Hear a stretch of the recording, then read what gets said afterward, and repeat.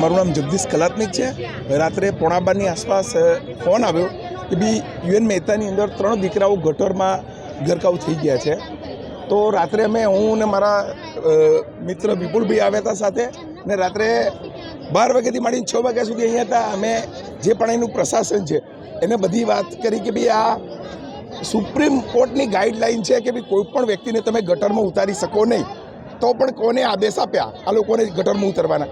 જે 4 વ્યક્તિઓના નામ છે એમાં કોઈ પિનાકીનભાઈ છે, એક કુણાલભાઈ છે, એક જેવીભાઈ છે, અને બીજા છે ચોથું નામ છે મિસ્ત્રી। એટલે આ 4 લોકો ઉપર અમારી તો એક જ માંગ છે, અને આ તમામ જે અહીંના આઉટસોર્સિંગના કર્મચારીઓ છે એ લોકોની એક જ માંગ છે કે ભાઈ આ 4 વ્યક્તિઓ ઉપર કાયદેસરની કાર્યવાહી થવી જોઈએ અને ફરિયાદ થવી જોઈએ।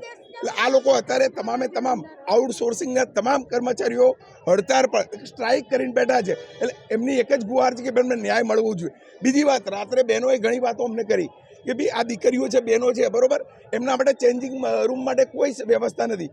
ચોથા માળે સીડીમાં ચોથા માળે આ લોકોને કપડાં બદલવા પડે છે। એટલે આ બહુ દુઃખની વાત છે કે ભાઈ જો ડૉક્ટર્સ માટે અને નર્સ સિસ્ટર માટે જો તમે ચેન્જિંગ રૂમ આપો છો તો આ દીકરીઓ આ બહેનો માટે કેમ નહીં? બરાબર, આ પણ અમે ડાયરેક્ટર સાહેબને રજૂઆત કરવાના છીએ, અને આ બાબતમાં કડકમાં કડક કાર્યવાહી થાય, અને પેનલ પીએમથી આ લોકોનું જે દીકરા ડેથ થયા છે એમનું પેનલ પીએમ કરાવીને બરાબર સત્ય બહાર લાવે, અને આવી ભવિષ્યમાં ક્યારે પણ બીજી કોઈ ઘટના ના ઘટે એ માટે તાકીદ છે। બરાબર, અમે અહીંના જે ડાયરેક્ટર સાહેબ છે દોશી સાહેબ, રાતે અમે સતત એમના કોન્ટેક્ટમાં ફોન કર્યા પણ સાહેબે ઉપાડે નથી।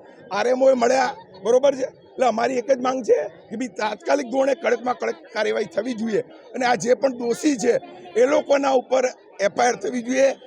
એ એટ્રોસિટી એક્ટ મુજબ થવું જોઈએ, કારણ કે જે 3 દીકરાઓ છે એ બધા છે ને એસસી કેટેગરીમાંથી આવે છે। એટલે અમારી એક જ માંગ છે, અને આ તમામ જે પણ અહીંના કર્મચારીઓ છે આઉટસોર્સિંગના એ બધાની એક જ માગણી છે કે ભાઈ આ કડકમાં કડક કાર્યવાહી થવી જોઈએ, તો નેક્સ્ટ ટાઈમ ભવિષ્યમાં આવો કોઈ પણ બનાવ કોઈ દીકરા જોડે બને નહીં। વિપુલ રાજપુરા, અસારવા વોર્ડ। ગઈકાલે રાત્રે 11:30 એક ફોન આવ્યો કે યુએન મહેતા હોસ્પિટલમાં 3 યુવકો ગટરમાં પડી ગયા છે। ત્યારે રાત્રે હું અહીંયા આવ્યો ત્યારે ખબર પડી કે 3 યુવકોને જબરજસ્તી નોકરીની ધમકી આપીને કે જો તમે લોકો આ ગટરનું કામ નહીં કરો તો તમને નોકરીમાંથી કાઢી મૂકવામાં આવશે। આવી પરિસ્થિતિના હિસાબે તે પોતાનું ગુજરાન ચલાવવા માટે નોકરી કરતા હોવાથી તે લોકોએ ગટરમાં ઉતરવાનું નક્કી કર્યું। પણ મેન્યુઅલ સ્કેવેન્જર એક્ટ મુજબ સુપ્રીમ કોર્ટનો આદેશ છે કે કોઈપણ વ્યક્તિએ ગટરમાં ઉતરવું નહીં, અને જો ગટરનું કોઈપણ કામ કરવું હોય તો એના માટે પ્રિકોશન જરૂરી છે। આવી જાણ હોવા છતાં કોર્ટના આદેશને પણ જો આ ગોળી પી જતા હોય એવા લોકોને કહેવા માંગીએ છીએ કે ભાઈ આ તમે ગટરના કામ કરાવવા માટેની તમારી પાસે કોઈ સુવિધા નથી, તો આ રીતે ગટરમાં ઉતારીને શું કોઈના છોકરા મારી નાખવાના છે તમારે? બીજી વાત કે 5 વાગ્યાનો બનાવ બન્યો છે, રાત્રે 1-1.5 વાગ્યા સુધી યુએન મહેતાનું પ્રશાસન CPR આપ કરતું હતું।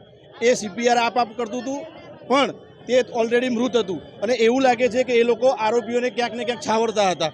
હજી એક ઘટનાને 14 થી 15 કલાક થયા છે, છતાં પણ કદાચ કોઈ પણ આરોપીની ધરપકડ થઈ નથી। એટલે એવું લાગે છે કે પ્રશાસન પણ એ આરોપીને બચાવવામાં પડ્યું છે।